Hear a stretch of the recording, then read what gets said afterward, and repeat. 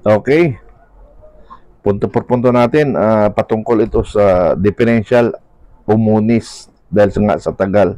Itong differential na ito mula pa noong 2000 to 2012. Sa panahon ni Erap, GMA in Pinoy, hindi napunduhan. Pinunduhan lang ito ng Pangulong Duterte na noong 2017. So, nagkakalaga ito ng more or less 18 billion. Na-release nila sa less than 1 year ang 14 billion plus.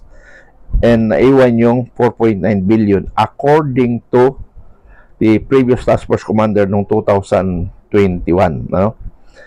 With attorney Colonel Odolio, abogado ng Jago ng AFP. Dalawa silang abogado na with kung hindi ako nagkamali, with Admiral De Rosario retired. Na-brief nila ako regarding sa differential, nahinto nilang differential dahil nga daw maraming fake documents sa mga balo. So kailangan nila scrutinize and i-validate talaga ng properly. So hinihintay daw nila ang PSA, MOA from between AFP and the PSA. Second, anti-retip in AFP. Now, on last year, maybe in August, pumunta ka na naman kami sa PGNs with the new task force commander. Ang sabi niya, hindi daw nila ma-release kagad, baka abutin daw ng 10 years dahil kulang sila ng tao. Nagulat na lang ako na kulang sila na abutin ng 10 years yung 4.9 billion lang, unlike nung 14 billion nakuha lang nila sa isang taon. Nagulat ako doon. Para bang niloko nila sarili nila, hindi nila niloko ang biyuda o ang mga pensioner. Sarili nila niloko, pinahamak pa ang AFP na kabagalan sa trabaho. Kaya gano'n ang nangyari. 7 years na, more or less, hindi pa nila nabibigay kasi kulang daw ng tao. Pero yung 14 billion, kulang isang taon na action na nila. Hindi ko maintindihan eh. Kayo na lang umintindi doon kung bakit. Take daw kasi yung iba eh. Kaya hininto nila. Ang sabi ko nga sa kanila noong April 2021 na i-hold nyo lahat yung pension para makita nyo kung sinong fake. Hindi man lang ginawa. Puro na lang sila validation. Puro na lang sila nasa COA. Puro na hintayin nyo lang sa ATM. Ayan ang mga sagot nila. Kumbaga, computerized na yung sagot nila. Hindi pa nga tumitingin sa computers, alam na nila sagot. Paano? Patakala yung sagot nila para lang may sagot. Ngayon mga sagot nila for validation. Sana nga, totoo validation na dapat sa 16 January, magawa nyo na. Kasi kung hindi nyo magawa, sa ombudsman na lang tayo magkita-kita. Ganun na lang. Kasi yun ang solusyon na lang. Wala na iba. Kasi marami na tayong ginawang proseso. Sa tamang proseso, dumaan kami mula March 2021. Hindi tayo nagkakaintindihan. Hanggang ngayon, wala pa rin. Although, mayroon kayo pa-release sa paisa-isa. Sabi nga ng COA, ay nakakaya lang daw nila sa isang buwan is 100.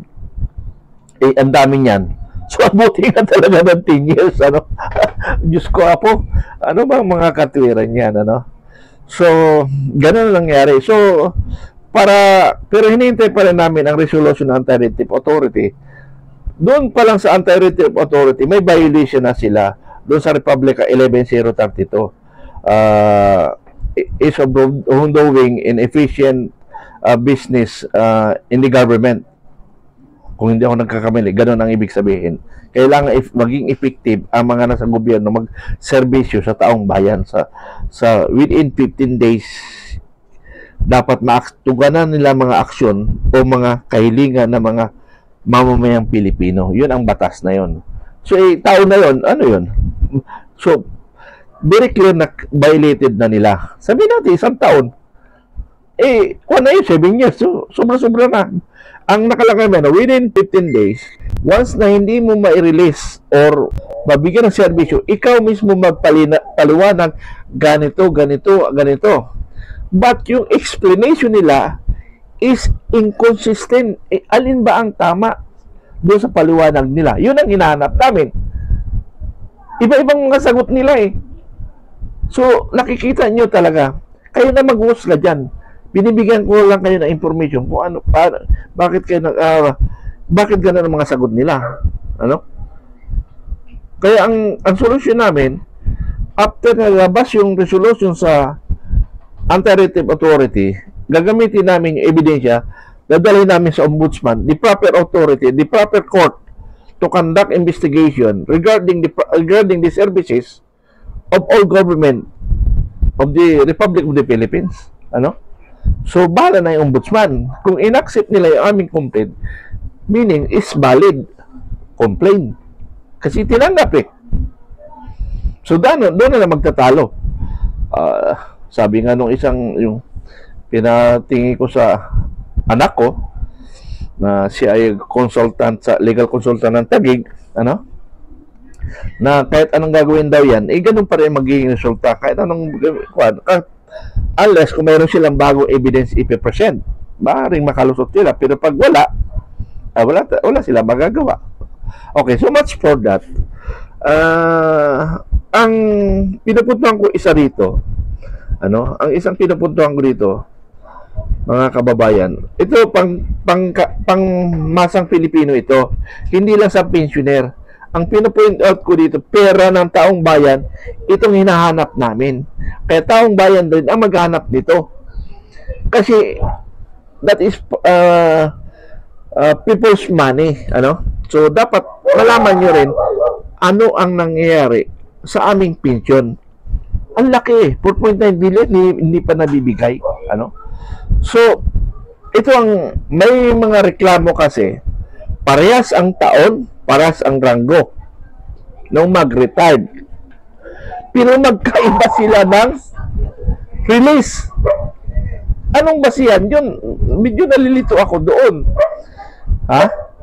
Parehas ang ranggo, parehas ang taon, length of service. Pero magkaiba ang natatanggap nila. Anong table of computation nila yun? Hindi ko maintindihan. Simple arithmetic yun Pero hindi ko nga maintindihan. Alam mo, ngayon ko lang naintindihan bakit ganon na mayroong 20,000, yung kaparehas ng ranggo at serbisyo, 200,000. Ang layo, 80,000, 20,000. Layo, di ba? Pero may lusot sila, magaling sila eh. May lusot. Ang PGMC, error kasi sir eh. Di accepted to the court. Ang galing na abogado nila, no? Accepted the court kasi error nga eh. Pero, ewan ko lang, kung sa dami ng error, ewan ko lang, hindi ko na alam, hindi ko na masagot yan, hindi ako abogado, at saka hindi ako huwes, Kasi, matagal na sinasabi ngayon, pero ngayon ko lang na-finalize na ganun. Kasi may isang tumawag sa akin na pensioner, nag-retired ang asawa niya, 1993. So, meaning, yung differential ng 2000-2012, pumasok ng 12 years. Nakalagay doon sa record nila, doon sa release nila, na-release pa lang nila, ay 2008. So, ibig sabihin, 4 years lang, na matatanggap niya 35,000 lang daw. 93 nag-retired eh. So nabasa ko ngayon. Puro error ang mga sagot nila. Kaya lahat yung sinasabi ni Sergeant Ray na dapat na matanggap ko sir more or less 350,000. Natanggap ko lang sir 175,000. At sabi nila na ibigay na daw. Ang hindi nyo nalaman pala, tingnan nyo yung record muna, saan sila nag-basis. Yun ang tatanungin nyo ngayon. Kung may reklamo kayo na, duda kayo sa maliit lang na nakuha nyo, kunin nyo yung record na inirelease nila. Nirelease nila. Ang basis nila. Kasi baka nga, ang in-speak mo 12 years, ibinigay lang pala siya 3 years, ay talagang kulang. Pero ang sagot nila doon, error of the computer. So, lusot sila. So, kung lahat yung mga nagreklamo na kulang ay binigay sa inyo, yun ang nakikita ko.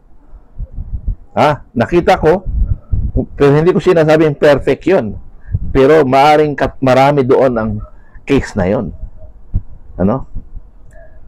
Marami nang nagtawag sa akin ng gano'n. So, yun ang mga witnesses natin. Yun ang ipapalagay ko sa affidavit nila.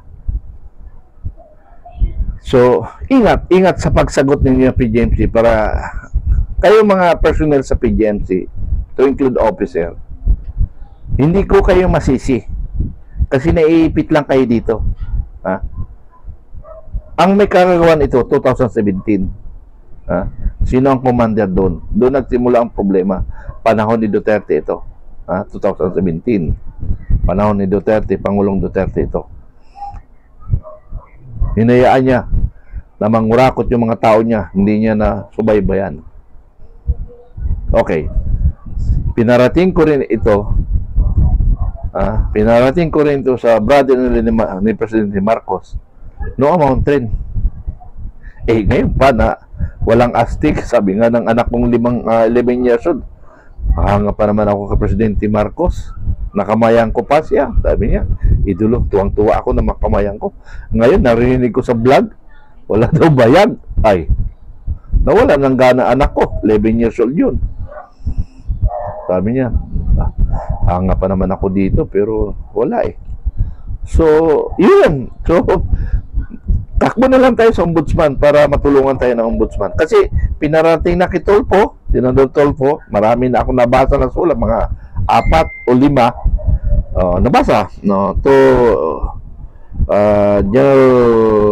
General Centino, ganyan. Please entertain of this bearer of this letter. Bearer letter. What I mean, the bearer of the letter. So, binandala, tinanong ko, anong nangyari? Wala rin po nangyari, sir. Paano? Walang palab si Senador Tulfo. So, wala rin talaga nangyari. Binasura lang ng PGMC. Kasi hindi nga nabigyan So, binasura. Marami sulat sa Malacanang. Sulat dati sa Malacanang. Please action of this matter. Ganun lang yun. Pero walang sundot. Sundot kalikot. Yung chanting namin pala yun sa military. Okay, so what's for that? So, ang pinuntuhan ko, dalawa Ang pinuntuhan ko dito, dalawa sa tagal na ninyo, korte na lang bahala mag-decide. Pangalawang pinuntuhan ko, nakita ko na kung bakit may maliit, may malaki na bigyan dahil sa error ng computer. Kasalanan ng computer, So much for that. Para sa mga ibang topic ko, ito ang napuntuhan ko. Ang aking sinasabi to, katotohanan. Wala akong kinakampihang politika. Ayaw ko kumampi sa politika. Kasi hindi magiging legit ang aking opinion kung may kinakampihan akong politika. So sa punto por punto ko ngayon, dalawang tinamaan. Si dating Pangulong Digong at yung Pangulo ngayon. So wala akong neutral. Ang katotohanan ng akin, ang binabantayan ko dito, ang taong bayan at ang ating bayan. Salamat.